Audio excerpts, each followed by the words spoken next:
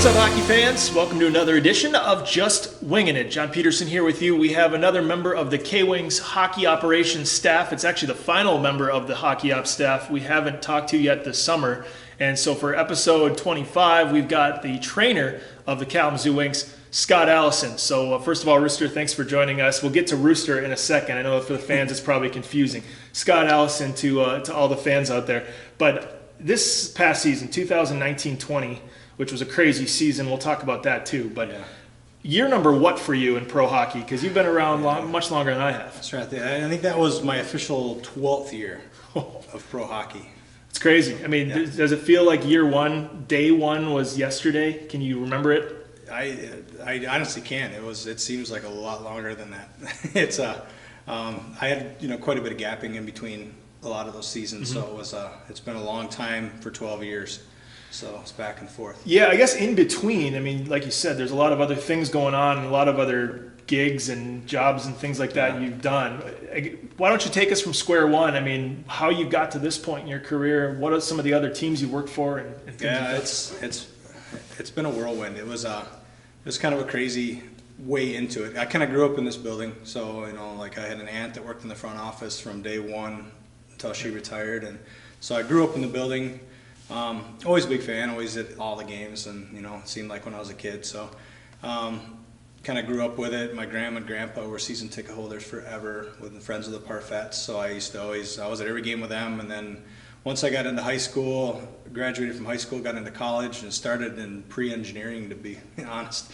And had a buddy, Derek Brown was a stick boy down here at the time, so he's like, they needed some help, so I came down and started being a stick boy and started hanging out with Corky Osborne was the trainer at the time. Kind of became really good friends with him, started loving that portion of the game, and ended up switching majors. And then next thing you know, it was right when I was getting ready to graduate. Corky ended up being leaving, or he was leaving or getting out of it, so it was my time to go. So it was Steve Doherty, the general manager at the time, was, as soon as you get your tests, let us know. And then I got hired in. It would have been just after, it was the last season of the old IHL. I got hired in as the official first trainer of the UHL at the time. And they brought me in as soon as I signed my papers, and they're like, oh, by the way, you're doing both jobs. So I was equipment guy, medical guy for the first 3 years of the UHL. And then from year 2000 till 2003-04, I think it was, and then ended up the wife and I expecting the first child, so I ended up taking a job off-site so I could be home more, doing rehab for a hospital. And then so I left the game for 9 years, I think, in between, almost 11. It was I think 11 years. Ended up leaving the game, and then Nick Bootland at the time, he called back and was, hey, do you want back in, kind of a thing. So ended up taking that. Kids were older, came back, and been here ever since. Was Nick playing when you were here during the UHL days? I mean, were you the trainer when Nick Bootland was a player? No, I wasn't. I just missed him. It was, I actually remember him as a player with the Dallas Stars. His rookie year, Dallas held camp here is when I was helping Corky and those guys, and Jamie Healy, who's now the Blue Jackets. He was the equipment guy, so I was helping them with Dallas camp. They held it here the one year with Hitchcock, and so it was that was his rookie year with the Dallas Stars. Is the first time I remember him. I was gonna say, because we give you crap all the time about how do you still get up in the morning and show up to the rink at 6 a.m. after doing this as long as you have? It's more like 8 a.m. now. It's push it back a couple. But no, I don't know. It was, I think, try to think back. It was when I was doing both jobs. I still can't wrap my mind around how I managed that one. But I had Gramps was with me. If any of the older people, and they know Gramps really well, and without him, I wouldn't be able to do that for sure. Because that was just a grind. You're sleeping on floors everywhere you go. You're hauling bags yourself. It was me and a bus driver, and we had a radio guy would drag them in for me and then leave, kind of a thing. But back in February, or it might have been March, but right before the season got canceled due to the COVID pandemic, you worked your 800th game, which I didn't know at the time, because it's hard to keep track of a trainer, equipment manager, or a broadcaster's games worked, right? Coaches, Yeah. it's all online, and Yeah. players, it's all online. Did someone let you know? I mean, do you remember the first game? Yeah, I don't, to be honest with you. I'm trying to think back. It'd have been the first official game I worked would have been the first year of the UHL. So it would have been like Dennis DeRosie was our coach. Yeah. So, knowing back then it was probably in Flint or Port Huron, because it seemed Yep. like that's where we played a lot. A lot of games are over on the east side of the state. But yeah, I'm trying to remember back then, but I can't even remember the first game. It was that far ago. I had to have somebody bring to my attention when I worked my 300th game, which was 2 seasons ago, because I had no idea either. So I just assumed someone came up to you in the locker room that day, put money on the board, and said, "Hey, everybody, it's Rooster's 800th game." Yeah, that one. We're kind of we try to do it other ways. The equipment guys, medical guys, we try to do it. We try to keep it quiet till after it happens, so we don't have to worry about putting this much money on the board. The other thing that you may not believe, but this is the honest truth, this summer, the most asked about, most requested guest to come on this show was you. More than any player, any coach, everybody wanted to hear your perspective and what your job entails. And I think it's fascinating, that what you do. Obviously a lot of it's held close to the vest. There's only so much we can even talk about, which I'm sure the fans understand, but it's, they want to know what life is like being a trainer for a pro hockey team. And so you were the most asked, requested, I guess, guest for the show this summer. That's kind of an honor, I guess. It's I don't know, we like to live in the shadows, so it's kind of humbling at the same time, I guess. But yeah, we try to be that person on the team that's not seen, but heard occasionally. Well, we want to give you the spotlight because we get too much of the spotlight, so we need to pass it off from time to time. But I think maybe part of the reason it's such a fascinating role for a lot of fans is the day in the life of a trainer, especially on a game day, because the fans are watching. They see a guy get hurt on the ice, blocking a shot or whatever it may be, and the first thing they think is, who's going to take care of this guy and how are they going to get back on the ice? Or if a guy gets cut, misses a period, gets stitched up, next thing you know, he's back out there playing, which you don't see in other sports. Hockey's kind of a rare exception. Yeah. So I think maybe that's part of it. So in a day in the life of Scott Allison, let's start on a game day, then maybe it's easier to go from there. Yeah, game days are just really long days. I mean, we usually get in 7:30, 8 o'clock or whatever, just before the guys show up, so we can get set up, make sure water's set up, or whoever's doing water's got all that fun stuff set up. Then I'll be checking emails, see if I got any info from our docs about any past history or injuries that have happened. We'll have guys come in for practice, guys that are injured or need some, treatments, some ultrasound, some e-stim or whatever we need to do rehab-wise to kind of get them ready or loosened up so they can either practice or if they're in the gym for just workout that day. So we're just kind of managing when guys are ready for return to play to be as safe as possible for those guys. Do a lot of that, and then during practice kind of hang out, watch practice a little bit, back and forth, ordering or whatever we got to do. And then practice leaves, we'll take care of guys, ice them down, whatever they need, make sure everybody's good. Then they head home, and then we just kind of hang out, and usually it's Mitch and I, or we'll end up grabbing lunch at the rink, and then guys start showing right back up at 4 or 5 o'clock, so we never leave. So I was going to say, because after morning skate, before we come back to the rink as a team, a lot of the players, coaches, I'll even loop myself into that, go back to the hotel on the road and take a little pregame nap. Yeah. That's our tradition. You guys don't really get that luxury. Now, you probably, if you do want to nap, you can probably nap in the trainer's room, I'm sure. But yeah, I've taken a lot of naps. I try to get my nap. I'm getting old, so I get my nap. I make sure I get it. Usually when Mitch is doing skates or whatever, if he needs me to help hang jerseys, I'll just ignore him and take a nap anyway.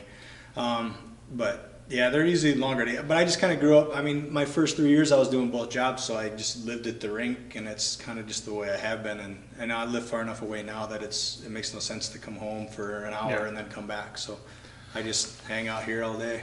I was the new guy last year, one of the new guys, and you got stuck with me as a roommate on the road. What's the worst part about being my roommate on the road? Oh, I think there isn't much. Radio guys are usually pretty easygoing. They like to get their sleep, but a lot of phone calls. I mean, you guys are always on the phone, so there's always that. But it's probably just the heat battle that we have, because I'm an ice cold guy. I'm a well insulated individual, and you're not. So I'll crank it down, and I try to remember when I leave to crank it up for you, but I forget occasionally. Luckily, I do like it cold. I just never can come to that same level because every roommate I've ever had at every team I've worked for loves it Antarctica cold. Yeah. And here I am, 68 is probably good, 69, 70. So there's always that meet in the middle. Yeah. If you could trade me for one other member of our hockey ops staff, any of them, as a roommate on the road. I don't know if it would. They're all too young. It's like they like to do their own thing. I always in the past I always had like assistant coaches, but like Marty's he's like an actual get up and work out kind of guy. So which you and I aren't. Yeah, so it's kind of nice. So we're I guess the best fit. We just hang out and find out where lunch is next. This season ended so abruptly. Obviously, we played Wednesday, March 11th. Thursday, we were supposed to have practice. We had Green Ice Weekend, Friday, Saturday coming up. All of a sudden, the league says there's a big Board of Governors meeting that afternoon on the 12th, on Thursday. Season suspended. Next thing you know, Saturday, season's canceled. Monday, players have to get their exit physicals and get on their way back home for safety reasons. For you, that made things, I'm sure, extra hectic all at once. That was a nightmare because it's just trying to because usually we'll run exit physicals over. I mean, usually we can get them done in a day or two anyway, but it's set up in advance. But then all of a sudden with the shutdown, it was hospitals weren't allowing anybody into them. So we had to try to figure out with the doc how the best way to do it. I mean, could we do it via, the telephone? Like if guys were healthy, who needed to be seen? It was a lot of phone calls frustrating phone calls to the doc and trying to get that worked out with the hospital. So we were doing everything properly but safest for the players to make sure they got what they needed to season to take care of. So it was kind of I feel bad for the players because it's just you had no time to decompress or even figure out what's going on with you. And then all of a sudden it's like, see ya later. On top of that, we were talking about this throughout the year, how much bad luck we had with injuries. At one point I had a count going where we had lost 170 or something games of man games, which means players that could have otherwise played if they weren't hurt that were out of the lineup. You add all those up and we were at like 170 or something crazy like that. Yeah, it seems like the last 2 years have been kind of crazy with us. Do trainers take that personally? Because ones I've worked with, I feel like do because of your personalities, but really you can't really do a lot do it. I do take it too personally sometimes, but it's like you want guys to have their best chance at success. I mean, you want to see guys, playing at the NHL level or to, the highest level they want, where they want to be. So it's, when a guy does get hurt, I take it. I mean, it's not like I went out there and tripped the guy or punched him and hurt him. Right. But yeah, you do take it personally, and it's frustrating. So it's kind of a challenge after that to what can we do to get you back the fastest we can, and get you up to the level you need to be again, or who do we need to get you to make this the best scenario possible. And one thing maybe people don't realize is even when we're playing a man short, 2 men short, there's a laundry list of players on injured reserve. It's not like everybody else is perfectly healthy and your focus is strictly on the guys that are out of the lineup in your role. I mean, everybody's hurt. There are times just for maintenance, people come in and ask you to help them with something and they're playing that night. Yeah. Oh yeah. Yeah. We do a lot of, preventative, just to get guys to play. I mean, there's certain things where we're just taping it up and going, and it's just part of the game because at this level, it's the true grind. It's, I've worked at the higher levels, and it's not as easy by far down here. Right. It's a grind for those guys, and they earn every bit of ice time they get. So when the season ended, obviously COVID-19 was at its peak concern, and in March and April everybody was concerned, and there was a lot of cases, right, especially in Michigan. How much on the front lines were you, in being in the medical field, did you help out? Did you offer to help? Yeah, we did, at first, because I'm contracted through Bronson Hospital, so at first we were doing volunteer work, we were going in and we were taking in masks or PPE. I was working a drop site in South Haven for a long time. Any help they needed with testing and that kind of stuff. We did that as long as it was feasible for Bronson to keep a hold of us, and then we ended up getting furloughed just because there was no sports or no athletics. Right. There was no need for an athletic trainer at the time. So we volunteered as much as we could, trying to help out, and then I mean, was it craziness especially with how many people were probably coming in? It was at first. It was so unknown. I mean, it's still unknown, but right. It was even worse back then. It was right. just, it was kind of like scary chaos for a lot of people. Yeah. And it was, I mean, justified at the time, but yeah, it was different. It was kind of like, yeah, working the trenches almost like military style. Yeah. We were working outside in a tent in the snow, yeah, collecting, You're probably stuff. a pro at this point in administering the COVID test, because yeah. how many that I'm sure Yeah, I got lucky and I got to stay away from administering a lot. Good. So just because I had a family at home, so they kept me off. Oh, that's good. From the frontline stuff, just to try to be safe. And I guess my lead-in is, assuming we have a season right now, it's delayed. Hopefully, starting in December. Who knows if that's going to still be the case? I mean, we're all kind of playing it by ear, seeing what the NHL and AHL does. Things are going to be different. No doubt. Yeah. I mean, the caution with the players and the staff, I'm sure we're all going to get tested regularly, whether it be weekly or bi-weekly, whatever it is. How's your role going to change? Because it's going to seem like you're going to need an assistant or something. Yeah, I don't know how that's going to look, because we've been talking about that, like team docs, trainers. It's like, what happens if one of us gets sick? It's like we can't just disappear for 14 days without help. Right. But yeah, I mean, we're going to have to be testing. It just depends. I mean, like the Big Ten's every day. Some of the Mac's the Mac's coming back now, I guess. Yeah. So, and they're talking 3 times a week, and so it's going to be tough. It's going to be sit down with our team doc, Dr. Majoris, and trying to figure out what we're going to be doing, what we want to do, but also merge that in with what the ECHL wants to do, right, to make it as safe as we can. Because we travel so much. We're all packed together in buses. We're in hotels. We're gone all the time. We can't really bubble ourselves. Right. With the rest of the world, and it's going to be an interesting scenario, because you lose one, then you have to lose possibly. It's just contact tracing is such a crazy. I'm learning about contact tracing and how crazy that is. I'm sure it's incredibly difficult. Yeah. When you look at the grand scope of what you do in a normal year, let's take COVID out for a second. Just everything that you've done in your career, I guess. What's maybe the most rewarding part of your job? Maybe what's the most challenging?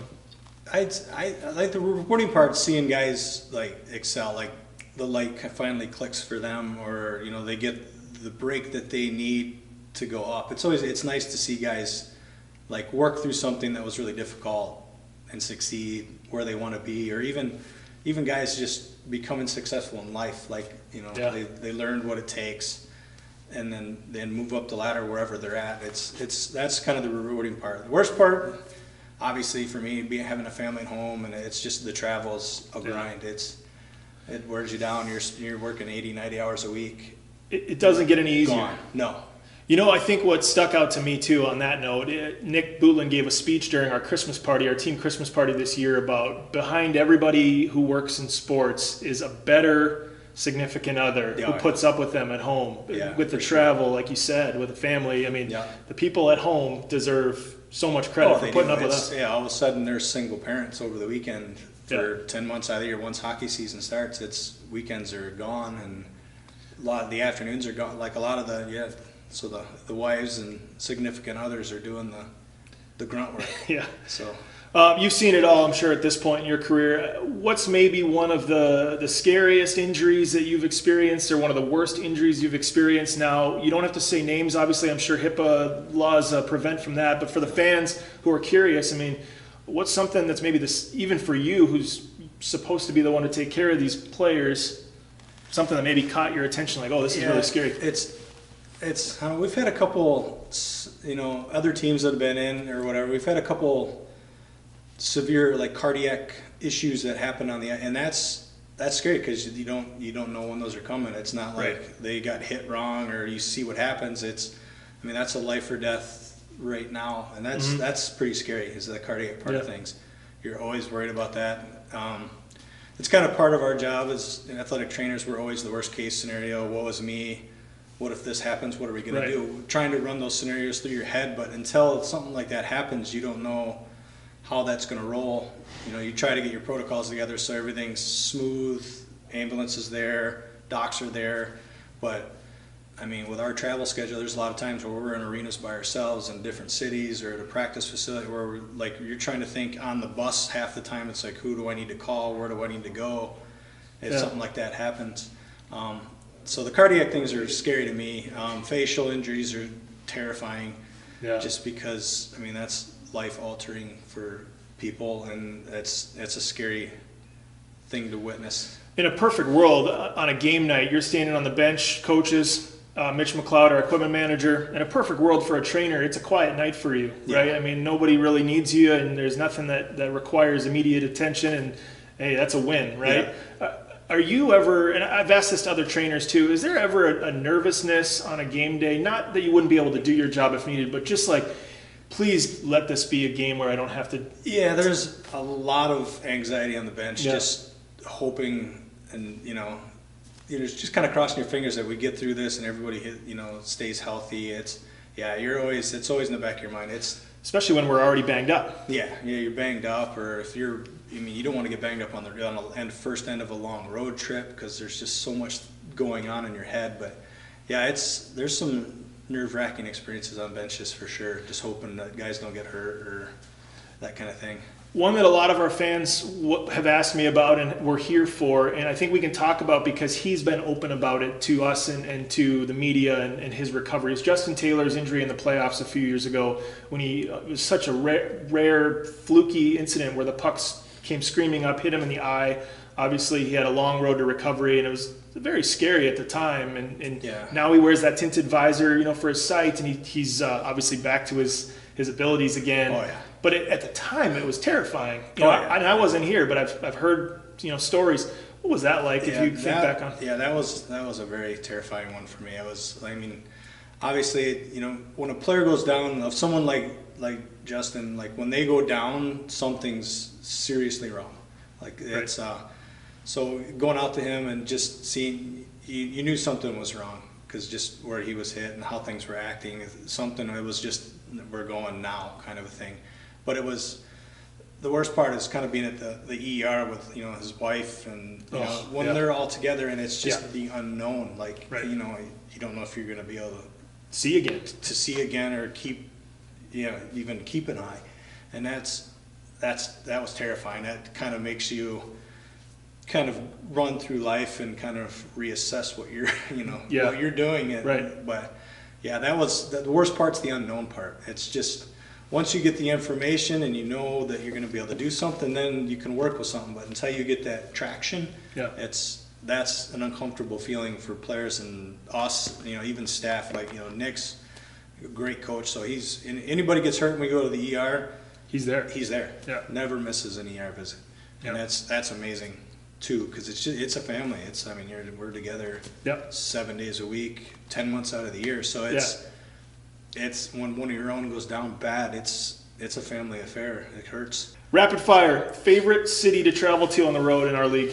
In our league now, Yeah. or then? Anyway, I guess anytime. Any then? Yeah. I don't know. That's a tough one.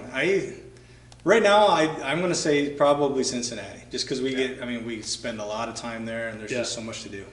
On that note, favorite food spot on the road, and is it in Cincinnati? We've got some good spots. There's to go some to. really good spots there, but to be honest with you, when I was with Eric Bechtel and I, we were kind of the old guys, and we used to roommate.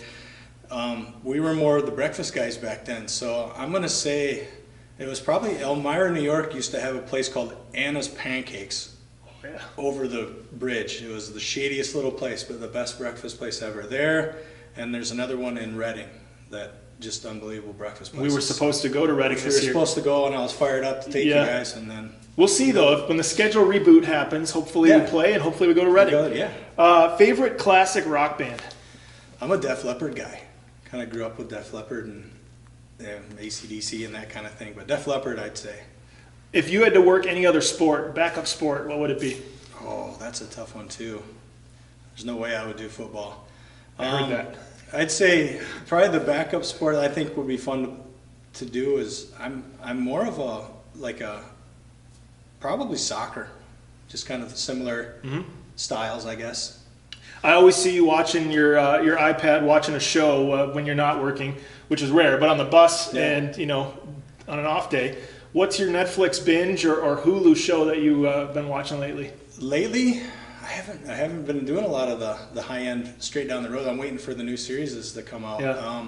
Did a little bit of The Witcher, which is weird for me, but I got stuck watching it. Yeah. And it was different for me. Uhtred, Son of Uhtred, was kind of the big one to catch up on the bus, but I'm caught up now. I'm just waiting for the new series to come out, and there's a new season. If you had to choose hot dogs or brats, Brats. do you put anything on the brat? I'm a ketchup guy. Are you really? I'm a sinner, yeah. Okay. I'm not going to judge. I'm a weird when it comes to food too.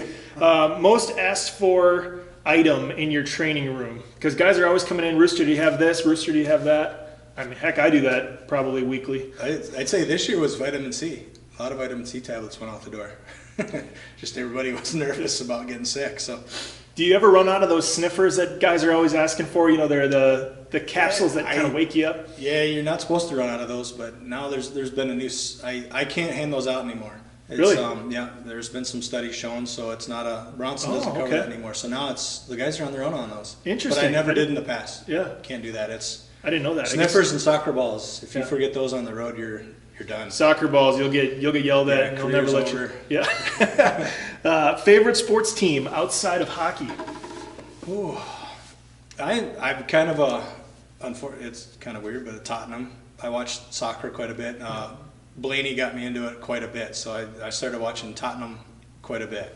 Not in it. Yeah. It has to be a Hotspur. It's Rooster, obviously now too, but that was just a coincidence, I guess. But yeah, it worked out perfectly. But yeah, besides that, it's just I kind of watch guys that I've worked with in the past in the NHL. I'm kind of more of a player follower than a team follower. Yeah, it's like with Yanni Gordon and the Lightning, or Jordan Binnington and the Blues. Yep. It's interesting. Soccer isn't super popular in the States, but in our organization, you got Michael McFadden and you got Kyle Blaney and yourself, and you guys can get together and have a little soccer watch party. Soccer's a weird. It's like a hockey side thing for hockey players. Yep. It's like I worked with the Blues for 5 years for preseason games and postseason stuff, and every Saturday it's Premier League soccer morning. Guys come in early to sit and watch with their jerseys. One place you'd travel to in the world? Right now, it'd probably be Italy. I'd like to go over and see some of that. I like the history part of it. So like the Bromes and that kind of thing would be. Biggest pet peeve of yours? Pet peeve is just, I don't know. I'm starting to become, I've been in it so long, I get a little retentive, so it's not being prepared, like not having your stuff ready to go on time. So becoming an old man that way. I got to ask you the difference between the three most recent equipment managers, because trainers and equipment managers get looped into the same category. You guys are the training staff. Even when you started, you were both, right? And if you need to be an equipment manager, if Mitch were out of town or something, you'd be one of the people kind of helping with his role. So you have Brent Overcamp or B-Camp. You got Richard Krause or Shaky. You got Mitch McLeod, our current equipment manager, Meech. What's the difference between those three? Because all three are tremendous at their job. Yeah, it was just different persons, I guess it would be. It's like, we had Brent was like new coming in, just a quieter guy, just does his job. Like ordering guy, unbelievable at getting things done. Then you got Shaky came in, is like an older guy like me, so it was old school. We got along just because we were old school guys, but just does his job, makes players happy. Gets them what they need when they need it. And then Mitch, another young kid coming in, but has experience, so he understands the side roles of it, but like he wants to learn more. So it's kind of fun to throw some of the old school knowledge at the young guys that they don't get to see. But yeah, Mitch is a different one. He's out there, so he's kind of fun that way too. He loves to do the stuff with you guys and the video stuff, which I don't like to do at all. But yeah, he's fun that way. He's just a fun-loving guy. I've never met an equipment manager who likes the camera, ever. Yeah. And he's the first one. Like, willing to tarp off for stuff. Yeah, like our, what was it, our top 10 video, in front of the world. Oh, yeah. But, he's a jokester. Oh, yeah. Learning the banjo this summer, too. That sounds like him. Yeah. You're a big family man. We talked about it. That's the hardest part about being on the road all the time. What's your favorite activity with the family, and how nice has it been, I guess, during the last 6 months to be able to see them a lot? It's been nice. Yeah, it's just kind of just hanging with them day to day. It's been kind of nice just to kind of get to know them, and they get to know me a little bit. But it's just going on vacations, being able to take them to new places, because come wintertime we don't get to go anywhere as a family. It's more with mom and all that. But it's been fun, and then been able to watch a lot of sports with them. They've been playing some AAU basketball and doing well, so it's been fun to watch them play a sport that I don't get to watch in the winter. Yeah. So Last one for you, and this is kind of giving you a hard time, but every year it's this is my last year. This is my last year. Yeah. And we all give you crap for it. It sounds like you're coming back for another year, from what I've heard at least. So when are you gonna give it up? it's whenever I can make sure that it's taken care of at the end of it. I want to make sure it's handed off to the right person, or open up the right job for the right person. So it's it just depends on how things roll, and it seems like every year something crazy. I mean, who knew COVID was going to just Can't end on blow that, things though. up? You Right. can't. Yeah, it's just a scramble for organizations just trying to find a good job. I kind of want to just pass things off and open up good jobs for people on the way. How about this? When we win our next championship, you can go out in style. That sounds like a plan. That'd be the way to do it. Thanks for doing this. Yeah, Great thanks. catching up to you. I know Yeah, appreciate it. this isn't your favorite thing to do, but you did a great job, and Try hopefully to. the fans enjoy it. And Cool. hopefully we'll see you soon. Scott, Allison, everybody.